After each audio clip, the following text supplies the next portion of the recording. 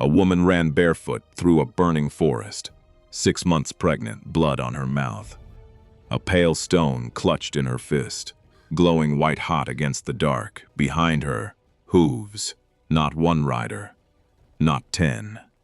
20, carrying a sigil. No commoner should ever see this close to the ground. The tree line splitting open with torchlight.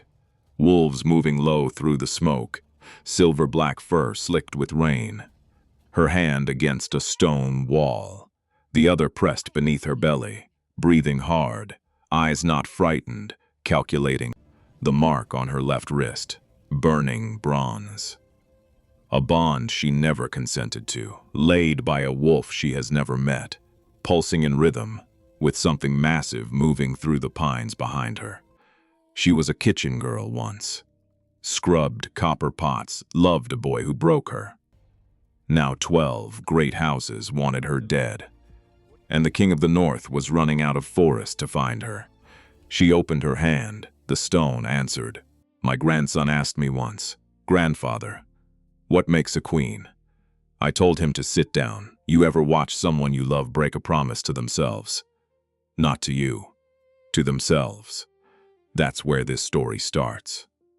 She was 21, 6 months pregnant, standing in a ballroom where she didn't belong, watching the man she loved give himself to another woman. Her name was Sable Renwick, and what happened that night changed everything. The ballroom of Hollowvere Manor had never glittered so brightly. Sable stood at the edge of the marble balcony, one hand curled around cold iron railing, the other pressed flat against silk, stretched over her stomach. Below her, 300 guests moved like jeweled fish through the great hall, their laughter rising in waves to where she watched from shadows. Crystal chandeliers spun light across painted ceiling. A string quartet played something delicate, old. The scent of white lilies and beeswax candles drifted up to her hiding place, and she had to swallow hard against nausea that had not left her for 6 weeks. She should not have come, had told herself 100 times she would not come. Would stay in the small suite the housekeeping staff had given her. Would lie on narrow bed and press cool cloth to forehead and wait for him to come find her the way he always did, the way he had promised. But Caleb had not come for 3 nights. 3 nights of silence. 3 nights without note slipped beneath her door, without soft knock against window after household slept, without heat of his body wrapped around hers in dark, and the longer silence stretched.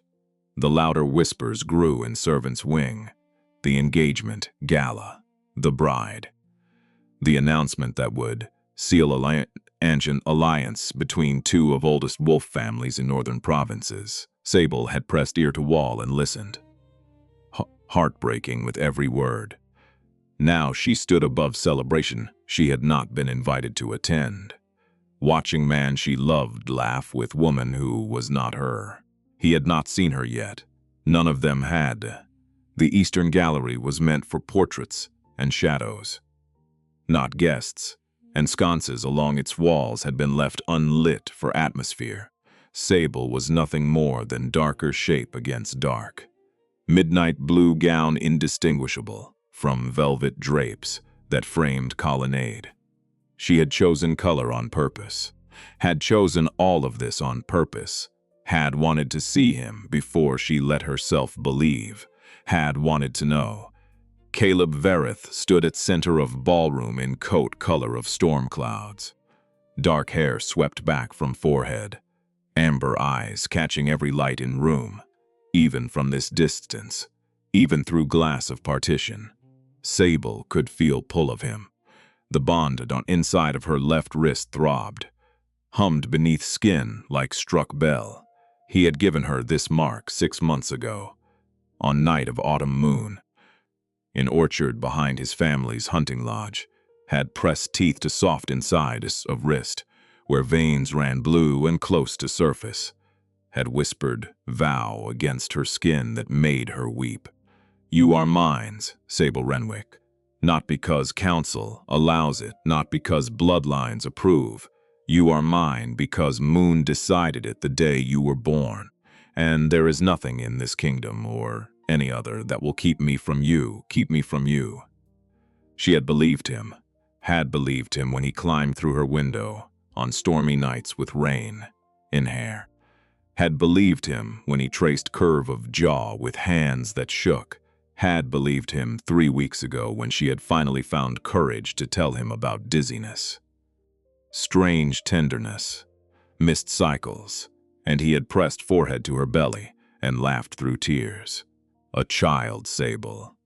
We are going to have a child. She had not told anyone else, had not been able to. Her mother had died when she was 9. Father had drunk himself into grave year after. Cousin who took her in had passed her to Verith household as kitchen girl when she was 16. Glad to be rid of burden. And Sable had spent 4 years scrubbing copper pots in basement before Caleb had found her crying in herb garden one summer evening and asked her name. He was only family she had left, only family she had ever truly had. And now she stood above his engagement gala, with his child clump stirring beneath ribs, watching as Marisol Owen drifted through crowd toward him in gown color of poured cream. Marisol, her best friend, girl, who had shared narrow bed in servant's attic for 2 winters, who had braided Sable's hair before harvest dances, who had sworn on her own mother's grave that she would carry Sable's secret to end of her days. Marisol Owen, who had wept on Sable's shoulder 6 months ago, when she confessed she had begun to dream of Caleb, that she could not stop thinking of him, that she did not know what to do with wanting. Sable had held her and stroked her hair and told her gently that he belonged to another now, that dreams would fade, that some loves were not meant to be ours. Marisol had nodded against her shoulder and whispered that she understood. 2 months later, Marisol had been promoted from kitchens to upper household.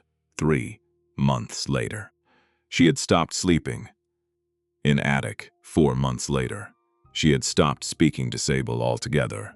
Tonight, in gown that must have cost more than 3 years of kitchen girl's wages, Marisol Owen walked toward Caleb Verith with hand outstretched and smile that did not reach her ice-pale eyes.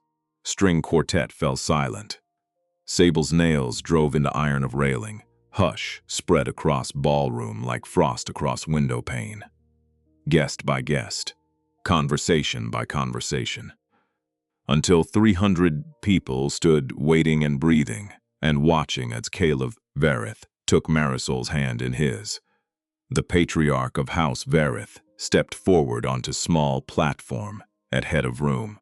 He was old wolf, silver-bearded, his voice carrying without effort to every corner of hall. Tonight, we honor an alliance generations in the making. The union of House Verith and House Owen will bind eastern and western territories of kingdom in bond of blood and loyalty that no enemy will ever break. He turned. My son. The vow. Sable could not breathe. Caleb stood very still, did not look down at Marisol, did not look at his father. His face, that beautiful familiar face, was strangely empty. Eyes had gone flat in ways she had never seen them go. Even in worst of his dark moods, there was stillness to his body that did not belong to him.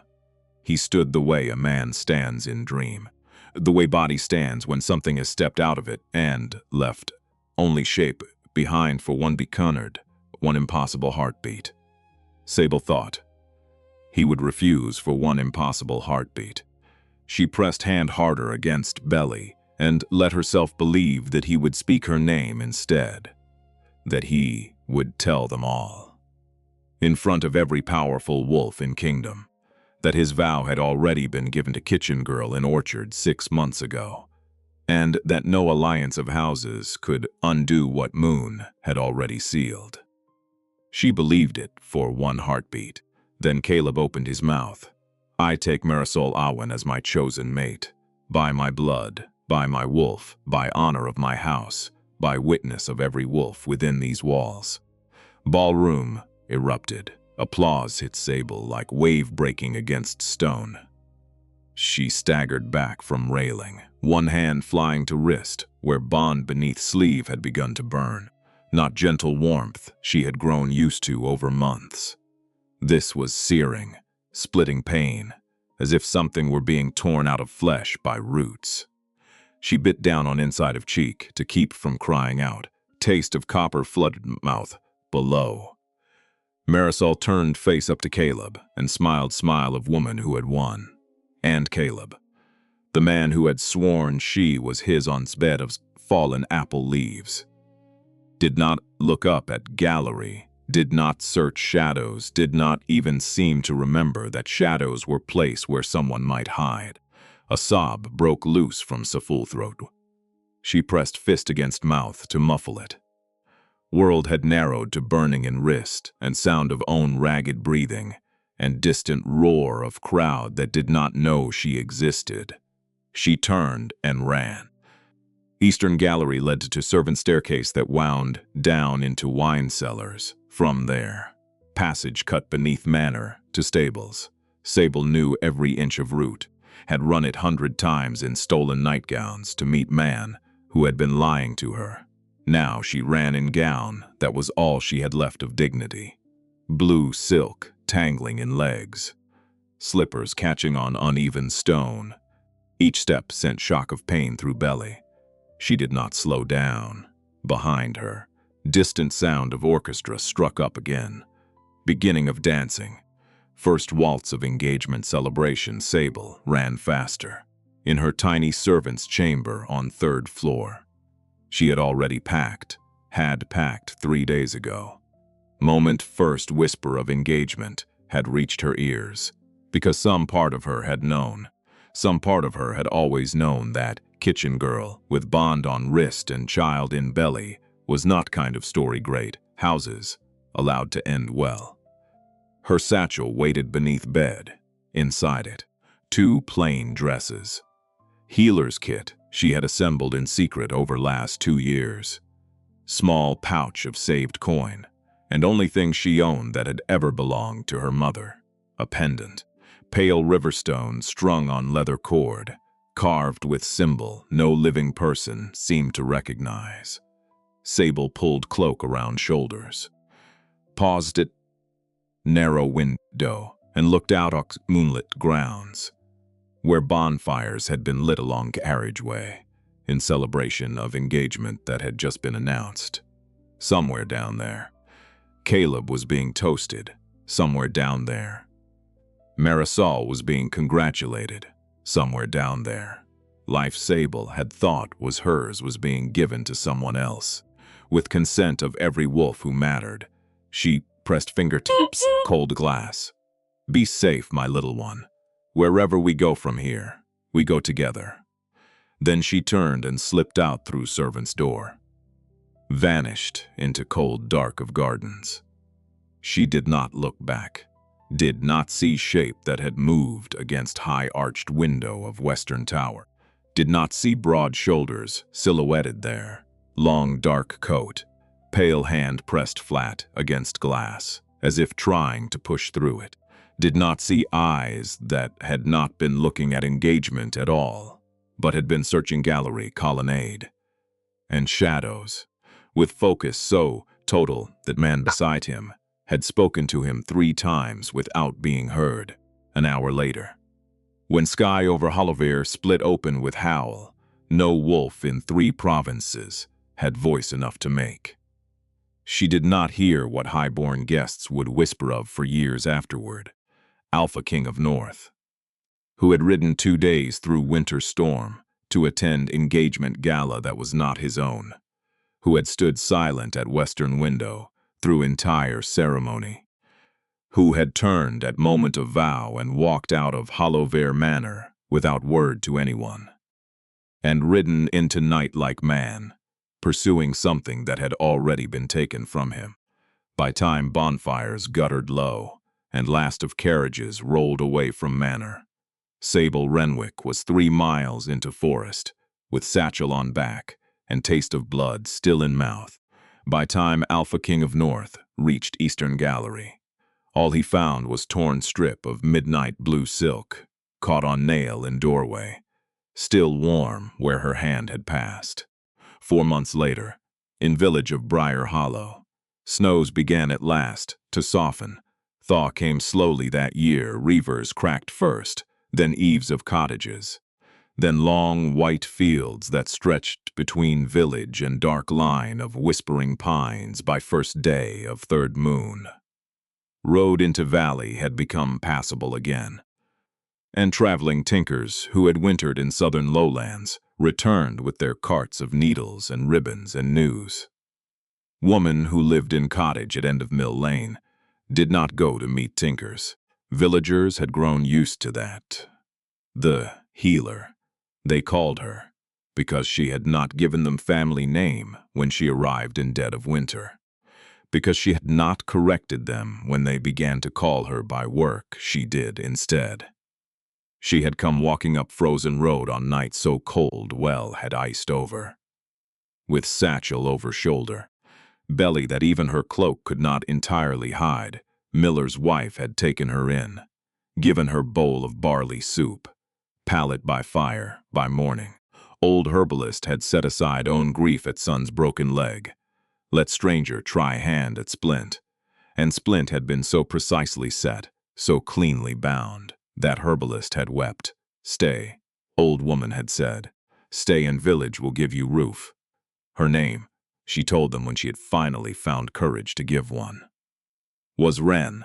It was not her name, but it had been her mother's before mother had married drunkard, and traded own name, for his Sable had carried it like candle through long walk north, and when Miller's wife had asked her at last what to call her, word had come out of mouth before she could think. Wren, small, brown thing that hid in hedges and sang only when no one was looking. It suited her well enough. In 4 months since her arrival, Wren had become something village had not known it needed. She set bones, drew out fevers, brewed teas for hard coughs that plagued children at end of every winter, made poultices for old men whose joints had begun to fail. She birthed 2 babies in dead of cold months. Girl in blacksmith's loft, boy in weaver's cottage. Both had come into world, breathing easy and pink. Villagers had begun to bring her gifts she had not asked for. Jar of honey, bundle of dried mint, pair of woolen, mittens knitted by grandmother whose grandchild Wren had pulled back from fever that had taken 3 other children that month. She accepted them all with quiet thanks, ate her meals alone, did not let anyone pass threshold of cottage at end of Mill Lane, especially not at night. At night, Wren stood in small back room of cottage, with both hands pressed flat against wall, breathed through burning that had not stopped since night she had run from Hollowvere. She had examined the bond 100 times by candlelight, by every law of wolfkind she had ever been taught. It should have faded. Mating bond rejected was mating bond severed. Moon did not permit such things to linger, within fortnight at most. Sign of faithless mate should pale to nothing more than old scar. Within season even scar should disappear. Hers had darkened, in months since gala. The connection on inside of left wrist had deepened from soft silver to burned ribbons. On worse nights, it glowed faintly in dark. She had taken to wrapping strip of linen around wrist at all hours, had begun to wear long sis even when fire was high. She did not understand what was happening, did not want to understand. To understand would be to hope, and to hope would be to die. Her belly had grown round and heavy beneath aprons. Midwife, who lived 2 villages over, had ridden out to see her in 2nd month, had laid hands gently on Wren's stomach, told her, with careful tone of woman who had delivered too many children to be wrong. That she felt two heartbeats, but Trin had wept that night until candle burned down. Wept for children who would never know their father. Wept for man she had loved, who had stood in ballroom and given his vow to another woman. Wept for girl she had been only 6 months ago. Girl who had still believed that love was enough, and she had buried that girl somewhere along Road North, in Snowdrift, with her old name. Then she had risen next morning and brewed tea for Cooper's daughter, had not wept again. That was Wren who walked out of cottage on first true day of thaw, with basket on arm, intending only to gather wild garlic that came up early in meadow beyond lane. It was children she heard first, clatter of small boots on wet road. Voices high and breathless, Wren turned, basket in hand, saw blacksmith's youngest girl racing toward her with braid coming loose and face flushed pink. Mistress Wren. Mistress Wren. The tinker says, "Slow down, little one." Wren caught girl's shoulder and steadied her. Breathe. Girl gulped air. The tinker. He came up from Grayford. He says there are riders on Southern Road. Riders with mark. What mark? Girl's eyes were huge, the wolf and crown. Basket slipped from Wren's hand and tumbled into mud. Wolf and crown was not sigil of any house she knew. Not emblem of House Verith, whose shield bore 3 black ravens. Not symbol of House Awen, whose banners showed silver doe. Wolf and crown belonged only to one being in entire kingdom, and that being had not ridden south of Iron Mountains in 11 years. Alphaking of North, how many riders?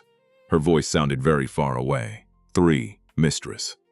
3 is not retinue of king. Girl was breathing hard. No, mistress, but one of them. Miller says, one of them looks old. Old the way the world seers look old. Girl did not know why Healer had gone suddenly white as ash. Did not know why her hand flew to belly in gesture she had not seen before. Wren had not realized she had fallen into pattern of pressing palm flat against stomach whenever fear rose high enough to drown her children, whose father she had believed had betrayed her, whose father she had believed had spoken vow in ballroom to another woman, her children, who stirred now beneath ribs like they were listening. Go home. What? Go to your father's forge. Stay there until someone you know comes to tell you it is safe. Do you understand me? Girl looked at her with sudden fear. Wren did not have time to soothe. Are they bad men, mistress? I do not know. Go. Wren did not wait to see whether girl obeyed. She turned back toward her cottage at end of Mill Lane and began to walk very quickly. Did not run. Did not let herself run. Because running was what had brought her here. Running was what had broken her. Running was what had cost her 4 months of nights, waking in sweat-soaked sheets, and reaching for man who was not there. She would not run anymore. She walked through mud and melting ice, back to cottage whose door she had left open, whose fire she had left burning. At threshold, she stopped. Man stood in her kitchen. He was tall, graying, built the way old soldiers are built, broad in shoulder, scarred along one side of jaw. He held no weapon. Hands were raised, palms out at sides in gesture of peace that did not ease knot in her chest. Old pale eyes followed her across room as she stepped inside and closed door behind her.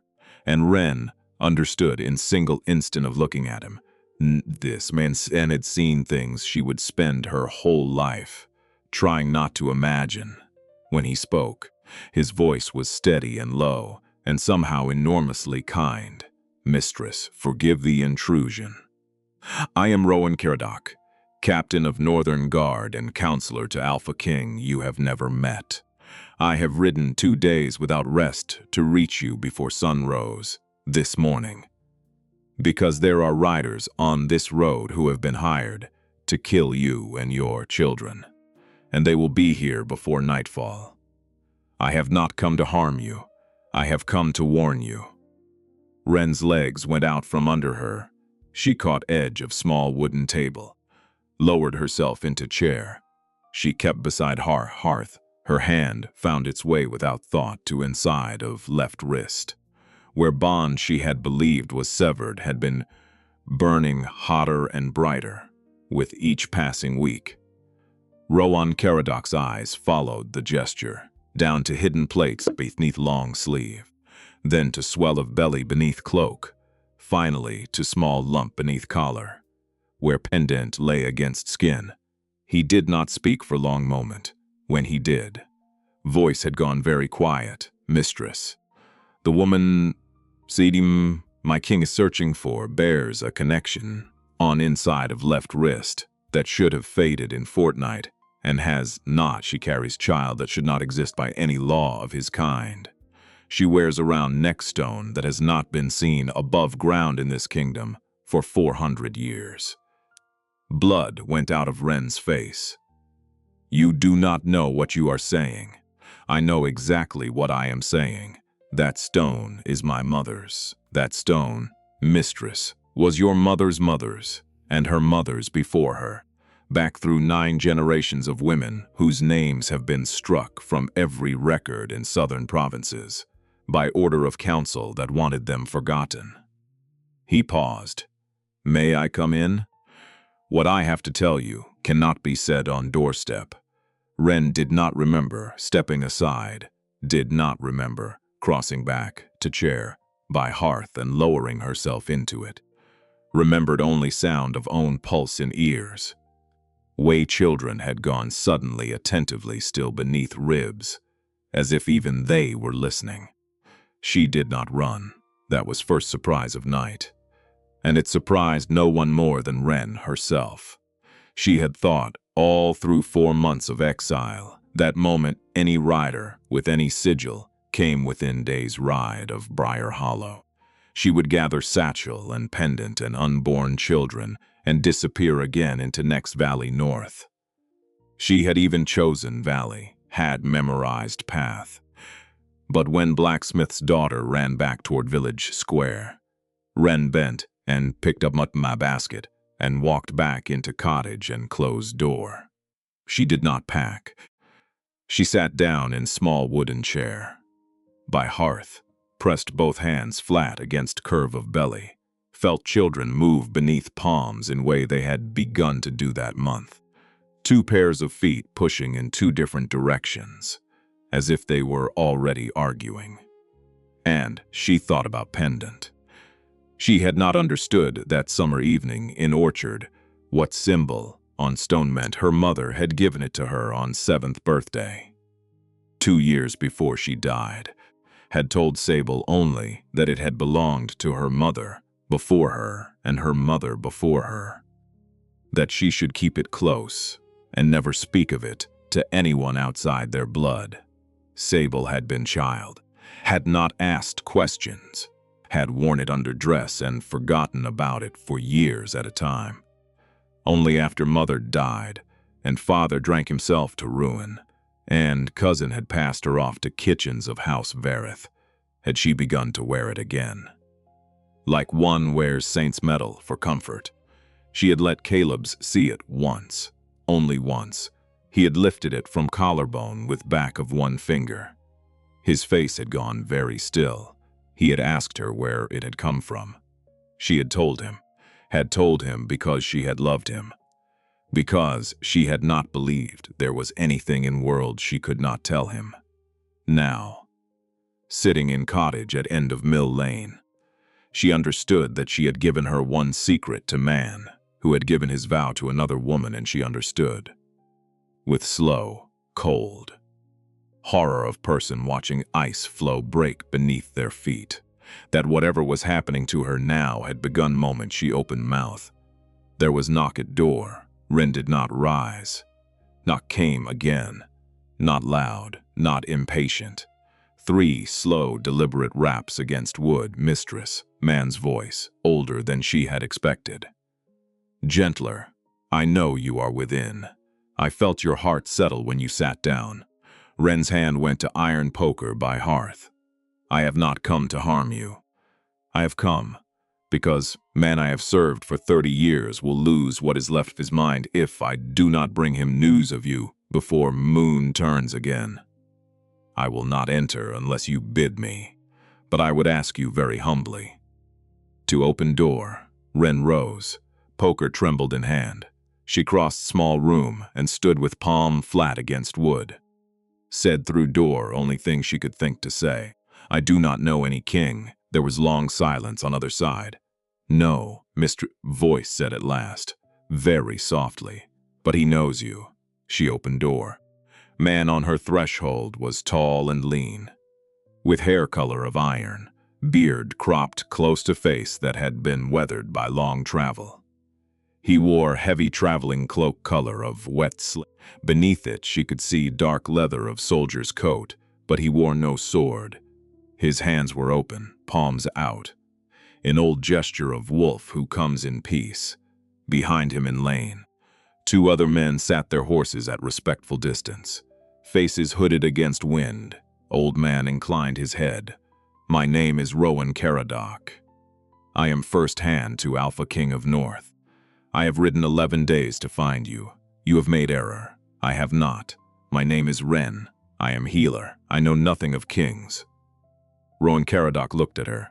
His eyes, very pale and tired gray, moved from her face to linen wrapped around left wrist, then to curve of belly beneath apron, finally to small lump beneath collar, where pendant lay against skin.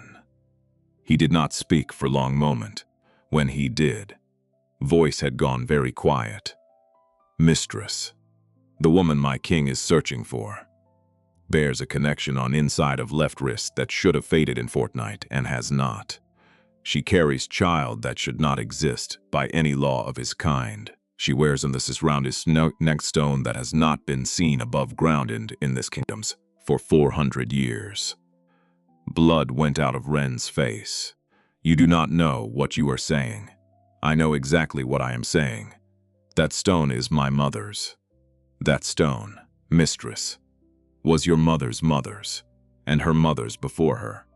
Back through 9 generations of women who had disease have used rocks been struck from every record in southern provinces by order of council that wanted them forgotten. He paused. May I come in? What I have to tell you cannot be said. On doorstep, Ren did not remember stepping aside. Did not remember crossing back to chair by hearth and lowering herself into it. Remembered only sound of own pulse in ears. Way children had gone suddenly attentively still beneath ribs, as if even they were listening. Rowan Caradoc closed door behind him, did not sit, stood by small window with hands clasped behind back. Eyes on muddy lane outside. He spoke as if reciting thing he had rehearsed for very long time. On night of engagement gala at Hollowvere Manor.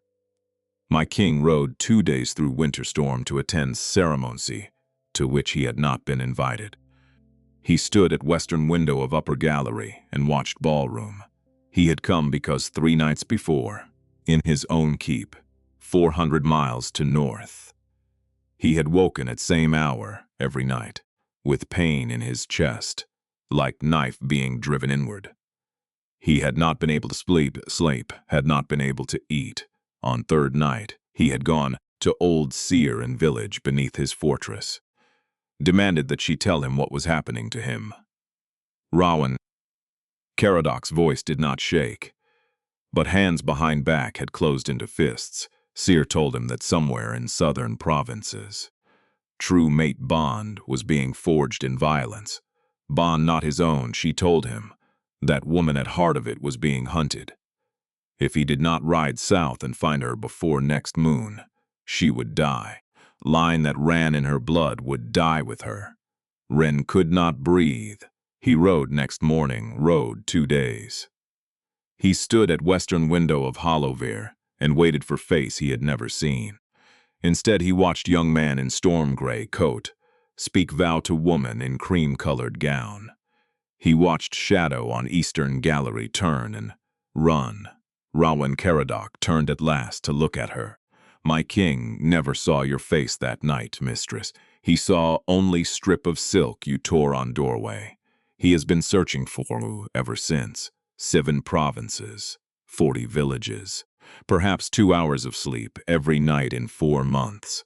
Old man's pale eyes were very steady. He does not know who you are, does not know your name.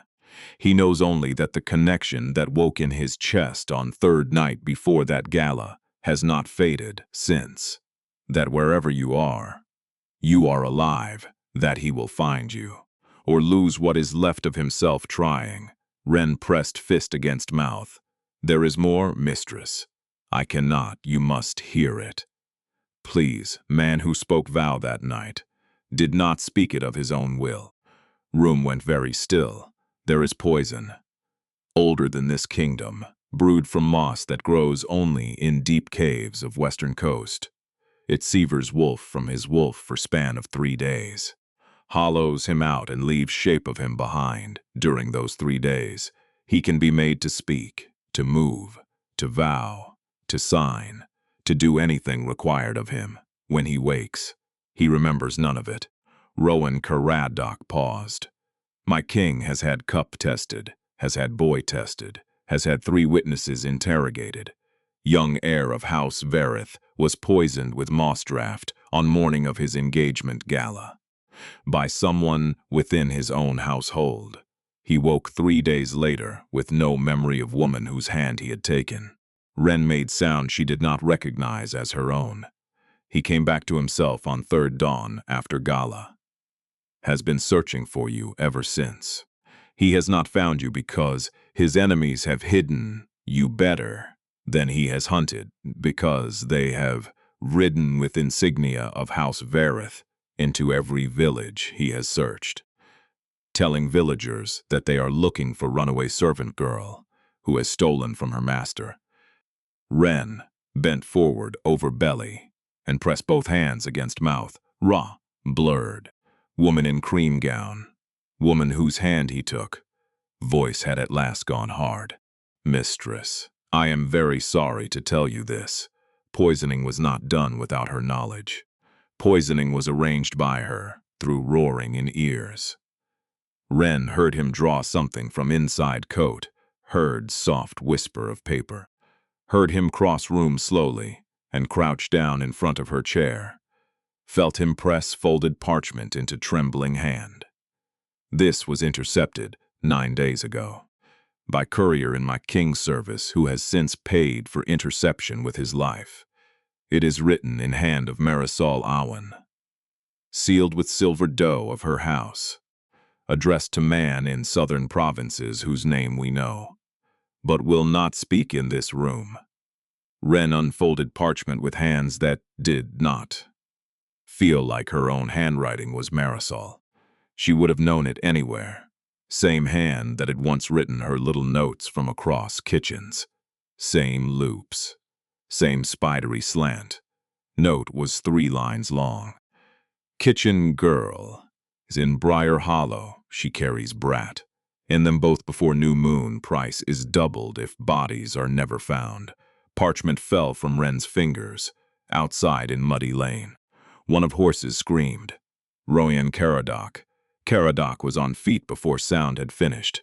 His hand went to long knife at belt that Ren had not seen him wearing.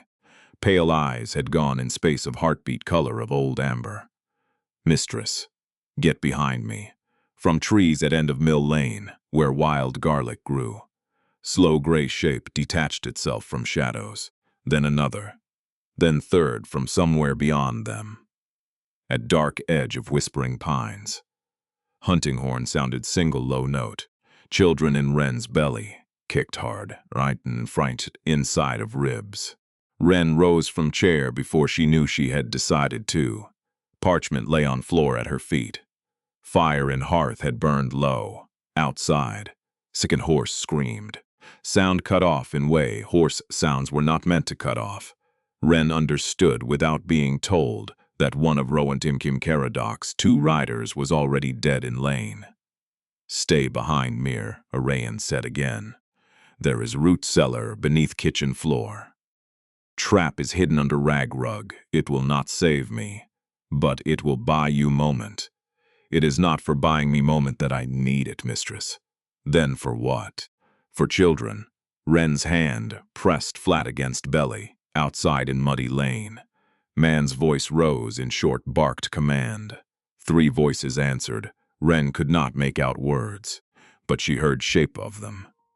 Shape was shape of men who had done this work before, who were arranging themselves around cottage with unhurried confidence of professionals. Vendran family of southern provinces. Rowan had not said aloud, did not employ amateurs. He did not need to say it. Handwriting on floor had said it for him. Mistress. Rowan Caradoc's pale eyes flicked once toward her. How many windows in this cottage? 3. Front, kitchen. And one above pallet. One above pallet faces trees. Yes, that is one they will come through. Front is for show. They want us watching door. He had drawn second knife from inside coat without her noticing. Held one in each hand now. Easy and low. When glass breaks, you go for cellar. Do not stop. Do not look back if you hear my voice. Oh, you stay where you are if you hear any other voice. You stay where you are. Do you understand? I understand, mistress. Yes, the stone. Take it off. Wren's hand flew to throat. Take it off. Hold it in your fist. Do not let them see it. Do not let them touch it if they take it from you. Everything we have done tonight is for nothing. She did not ask why. No time. She lifted leather cord overhead with shaking fingers. Pale river stone settled cold and heavy into palm. Moment her skin closed around it. Burning in wrist eased just little, as if stone had drawn some of heat into itself. Pane of glass exploded inward above pallet. Wren ran for cellar. She heard first body land on wooden floor behind her. Heard Rowan Caradoc move with speed that belonged to no man his age. Sharp wet sound of his knife finding its target. Crash of body folding against wall. She did not look. Rag rug had already been kicked aside in her flight hitch. She dropped to knees. Fumbled iron ring of trap door. Hauled it upward against weight of belly. Went down short ladder into dark. Trap fell shut overhead. For long moment, there was nothing but own. Ragged breathing in cold air, and dim light leaking through cracks in boards above. Wren pressed back to cold earth wall, clutched pendant against chest. Listened, there were 3 of them in cottage now. She could hear their boots, could hear Rowan breathing in short hard sips of air. The way man breathes when he has taken wound and is not letting on. Could hear kettle on hearth get knocked askew and clatter to stones. Could hear very faintly fourth voice from outside cottage calling instructions. Voice said, calm, almost bored, there will be cellar. Find it. Wren's heart slammed against ribs. Boot passed directly over her head. Dust sifted down through cracks and settled in hair. She did not breathe, did not move. Boot paused, turned slow half circle, paused again. Second boot joined it here, man's voice, thick with accent of southern provinces. Rug was kicked. Look at dirt, she went under. Open it, old man. Will be dead in another minute, open cellar. There was heavy soft sound from above. Old man going down to one knee perhaps. Grunt of effort, then trap door above Wren's head shuddered. She understood with cold clarity that they were going to lift it.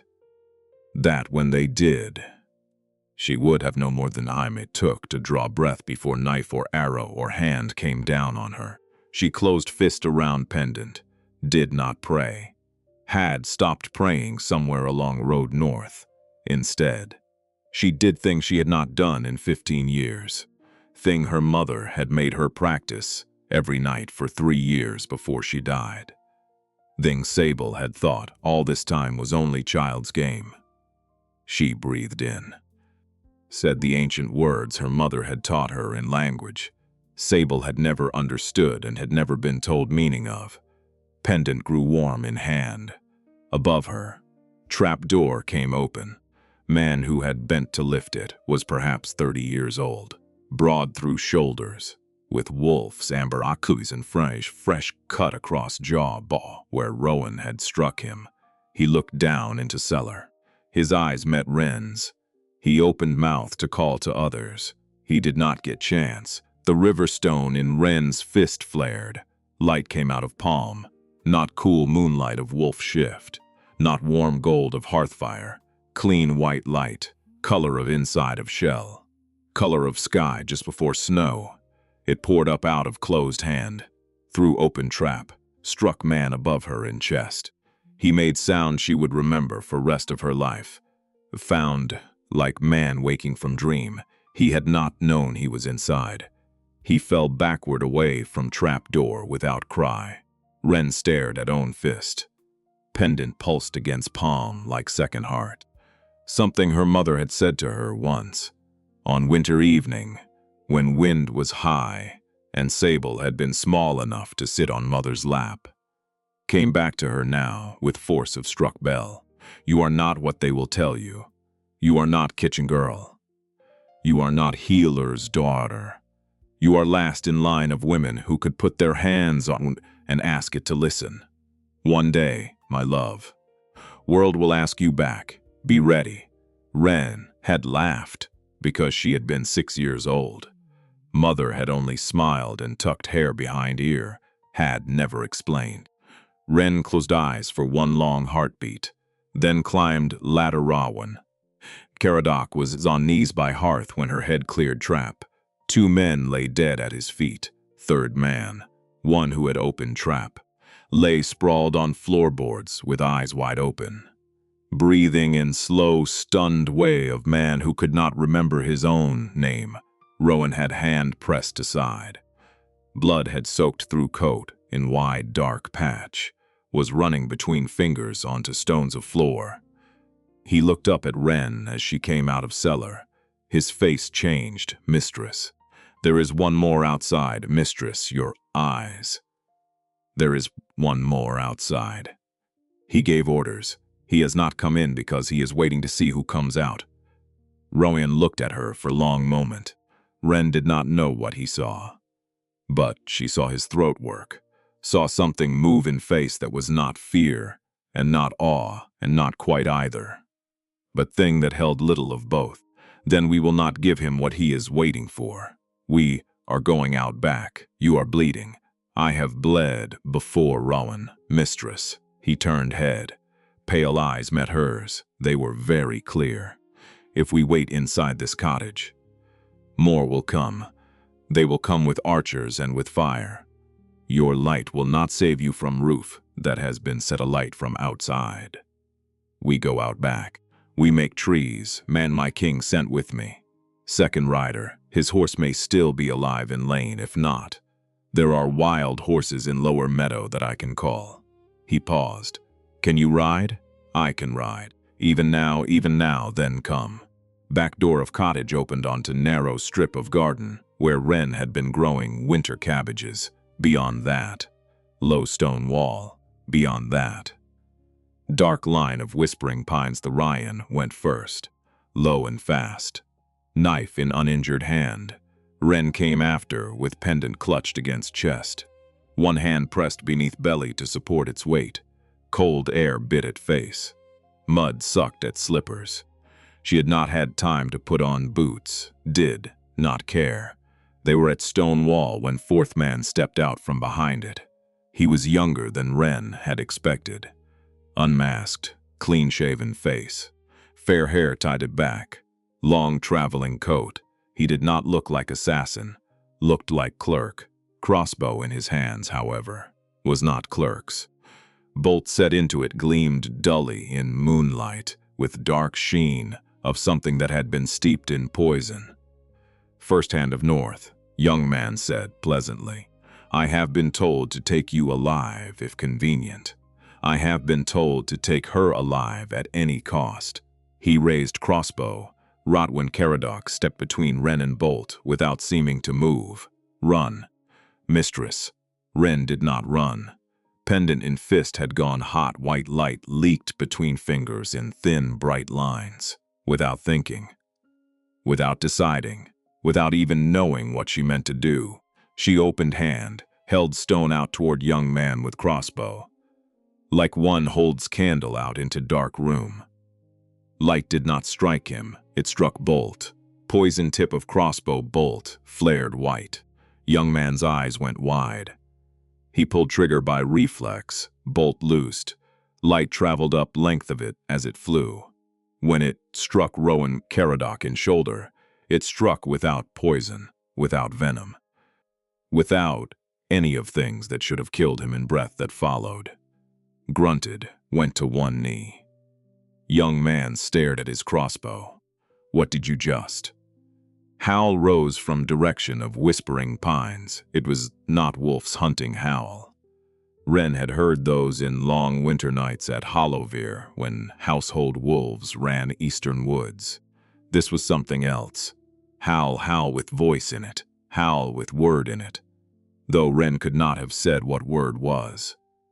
Only that it cut through cold air like blade. That young man with crossbow heard it. That color went out of his face. He did not wait to see what was coming. Turned and ran. He made it perhaps 20 paces before thing came out of trees. Wren had thought, standing on Eastern Gallery at Hollowvere 4 months ago, that she had seen largest wolfman could become. She had been wrong. Shape that broke from line of whispering pines was bigger than any wolf had right to be. Its fur was deep, silver black, of wet slate. Its eyes burned color Wren had never seen on living thing. Green so pale it was almost white. Green like inside of glacier. It did not hunt young man with crossbow. Did not need to. It ran past him. Ran through him as if he were not there at all. Ran in long low lope that ate distance between pines and stone wall. Young man fell behind it. Fell quietly. Fell with no scream and no sound. Only soft impact of body folding into mud. Wolf came on. Stopped 6 feet from wall, did not approach Wren. Looked at her for long moment. Neither of them moved. Pale green eyes held her. Great chest rose and fell. Breath of creature steamed in cold air. Wren could see slow movement of muscle beneath silver black coat. She could feel something through open palm of hand. Something traveling along line of light from pendant. Searching meeching and finding the connection in wrist. Connection she had thought was wound. Connection she had thought belonged to boy in storm gray coat who had spoken vow to another woman. It lit up beneath sleeve like struck match. It was not same bond. Realization hit Wren so hard she put hand on stone wall to keep from going down. Not same bond. Thing that had burned in wrist for 4 months. Was not what Caleb had given her in Orchard. Caleb's sign had faded. She understood that now, with clarity that arrived all at once. The tie on wrist now, that had darkened to bronze, that had glowed faintly in dark, was different, second. A bond that had been laid over first one, like deeper ink is laid over fading one. Not human, that had been growing into her skin for 4 months. Kannakin she had not consented to, did not remember receiving. A bond that belonged to Wolf standing in lane. Wolf took one slow step forward, did not shift, did not speak. Simply lowered great head until breath was warm on back of hand. Pressed broad nose very gently against inside of left wrist. The tie answered. Pulse of warmth ran up arm into chest, down into belly. Where children kicked once hard in unison, went still. Oh, Wren whispered, oh no. Wolf raised head. Pale green eyes held hers for one more long heartbeat. Then turned with slow, deliberate grace of creature, making sure it was followed. Began to walk back toward whispering pines. Behind her, Rowan Caradoc made soft sound that might have been laugh. Mistress, I think my king wishes you to come with him. Wren did not follow Wolf. She stood with hand on cold stone wall, watched silver-black shape walk away from her into dark, felt children stir again beneath ribs. Only thing she could think with strange numb clarity was that she had been fool for 4 months. Fool to believe she was running from one wound when she had been carrying 2. Fool to believe burn in wrist was Caleb. When Caleb's mark had faded night, she had fled. New mark had settled in over it before third dawn. Fool to believe for one single second of those 4 months that dreams she had been having of pale green eyes in forest she did not recognize were only dreams. Wolf paused at edge of trees, looked back over shoulder. Rowan, Wren said without turning head, "Stand up, mistress. You are bleeding. Stand up or I cannot help you." There was pause behind her. Then slow scraping sound of old soldier dragging himself to feet against stone wall. Wren went to him without looking at Wolf. Put hand against patch of blood on his side. Let pendant brush cloth. White light pulsed once. Soft Iran made small surprise sound. Bleeding stopped mistress. Voice very quietly. "I do not know what I am doing. I think perhaps you do. I have never done it before tonight. I do not believe that is entirely true." She did not answer. Closed hand around pendant, turned at last, walked across muddy garden toward line of pines. Wolf waited for Huron Caradoc, walked behind her with bloodless hand pressed to wound that had stopped bleeding. Look on face she could not read. Wolf led them perhaps quarter mile into trees, to clearing Wren had never known existed, where small fire burned low between 2 fallen logs. 4 horses stood tethered and watching. Man in long dark coat sat on larger of 2 logs, with head bent over folded hands, hair color of wet stone falling forward across face. He looked up when they entered clearing. He was not what Wren had expected. She had pictured. In few moments she had allowed herself to picture anything.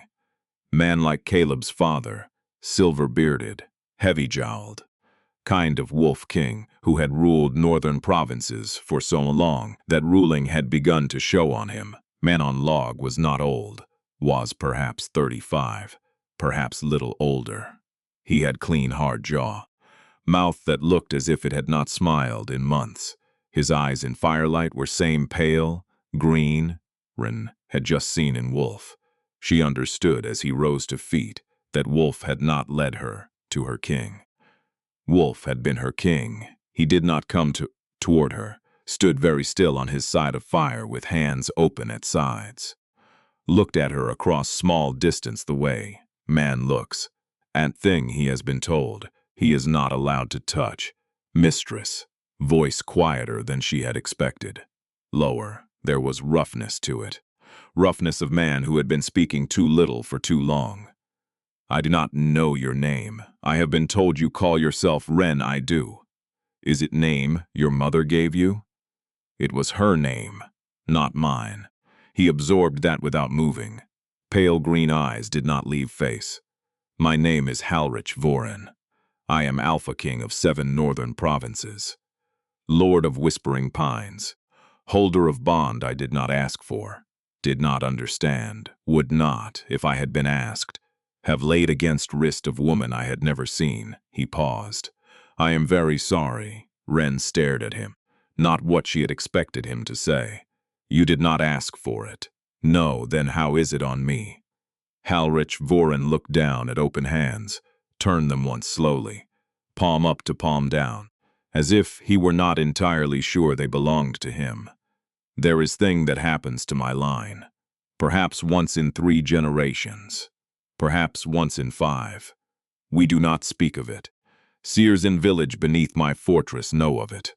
Old wolves know of it. We do not write it down. It is reason my line has been kept clean for 900 years.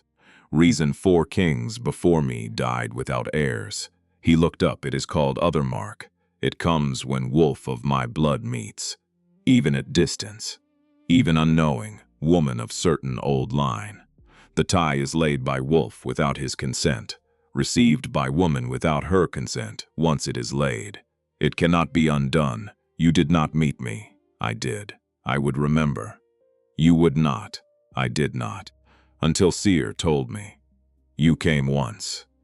4 years ago, with household of House Verith to Midsummer Council, at keep of my younger brother in Middle Provinces.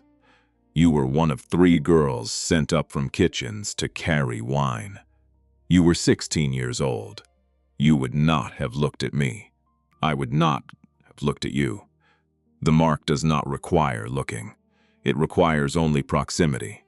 Recognition between 2 old lines that wearers themselves do not know they carry. Wren put hand against trunk of nearest pine. 4 years, Yezus. 4 years. The connection sleeps until it is needed. It wakes when woman it was laid upon is in mortal danger. It wakes in our oldest stories. On night daughter of line is widowed, or orphaned, or betrayed, or hunted. He paused. It woke me 3 nights before gala at Hollowvere. Wren closed eyes. Seer told you to ride south. Yes, she told you true mate bond was being forged in violence. She did. It was not yours. No, it was Caleb's. Halric Voren was silent for a moment. I understood that when I stood at western window and saw boy speak vow. I understood that my mark was not mate mark. Mate mark belonged to boy in storm gray coat. My mark was other thing. Older thing. Thing that does not ask permission. He looked at her. I had ridden 2 days to find woman I did not know. I had stood in window and watched her run from man who had been poisoned into betraying her. I had felt her grief through bond. I had not asked to carry. I had ridden out of that house and started searching because Seer told me that if I did not, you would die. And mate mark, Wren said. Voice had begun to shake. Caleb's mark. Halric Voren went very still. What do you mean, mistress? Wren laughed. It came out wrong. Came out thin and high, and not like own laugh. She pressed back of hand against mouth to make it stop. I mean, for 4 months I've been telling myself, burn in my wrist was him. I have been telling myself that man, who climbed through my window every night, pressed his hand against my belly, whispered that he loved me in language that was not language I speak in day, was him. I have been grieving him for 4 months. She was crying now. Had not noticed when she began. He was never there at all. He was never in dreams. He was gone night I ran. Man who was in my dreams was you. I did not know your face, did not know your name. I have been mourning man who stopped loving me 4 months ago, while man I had never met was one whose voice I was hearing in dark. Halric Voren did not move, Fux did not change, but Wren saw very clearly in firelight that hands had begun to shake at sides. Mistress, I have come to take you north. I have come to take you to my fortress where you will be safe, where Vendron House cannot reach you, where Awen woman cannot reach you, where you will be guarded by my own pack until your children are born and beyond. I have come to keep you alive. He paused. I have not come to claim bond you did not consent to. The tie on your wrist will fade in time if it is not answered. It will hurt, but it will fade. You owe me nothing, mistress. You owe my house nothing. You owe my line nothing. The mark was laid without your knowledge. I will not hold you to it. You will not hold me to it, no. You will simply let it fade, yes. Wren laughed again. Same wrong laugh. And dreams? In which you came to me every night. In which you told me you loved me. In which you said my name in language I do not speak. In which you held me when I wept. I held you when you wept, because you were weeping, were not you. In those dreams, you were weeping for woman you did not know and had not found. Will those simply fade as well? Halric Voren closed eyes. Mistress, please, answer me. I cannot answer you. Why not? Because if I answer you, I will say thing I came here promising. Myself I would not say. Say it, mistress, say it, Halric Vorin. The opened eyes in firelight. Pale green had gone almost gold. Like frozen pond goes gold beneath low sun. Ren saw in his face very plainly, man who had been on knees in dark for 4 months, reaching for woman through bond he had not asked for. She saw in his face also man who would walk back to his fortress alone if she told him to. I love you. I have loved you since 3rd night before gala. I do not know you. Do not know your true name. Do not know color of your eyes, in daylight or shape of your laugh, or what you take in your teats, or whether you sing when you are alone. I love you anyway. I have loved you through bond I did not lay and do not deserve. I will love you whether you come north with me or you do not. I will love you whether you speak to me again after tonight or you do not. The mark will fade. Love will not. He drew long breath there. I have said it. Now please come north. Veteran House has tracked you to this village and they will come again. I cannot hold this clearing for more than another hour. Fire has snapped between them. Ren looked at him across it. She thought with clarity that Av surprised ambidla girl in mid-blue gown who had stood on balcony 4 months ago, waited for man to look up at her. She thought of how that girl had run. She thought of how she had not been same girl spud. Since I am not coming north because of Mark, I know. I am coming north because there are men in this kingdom who want to put poison bolt into my children. You have horses. I do not. I know, mistress. And because I would like to know what color your eyes are in daylight. Halric Vorin looked at her for very long moment, did not smile. But something in face eased the way held breath eases. He inclined head very slightly. Old wolf gesture of king accepting gift from hand he had not dared to ask. North then. They rode for High Hall where Council of 12 waited. Along the way, cold reach burned. Sable used the river stone to call water from wells, put out fires, healed 17 people. Halrich never left her side. Harold arrived with Marisol's ultimatum. Come to High Hall alone, or more towns burn. Sable refused to go alone. I will walk into High Hall with the King of North on one side of me.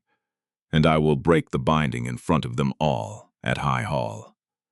Before council, Vorun Kala, her grandmother's brother, sat as steward Marisol at her father's feet.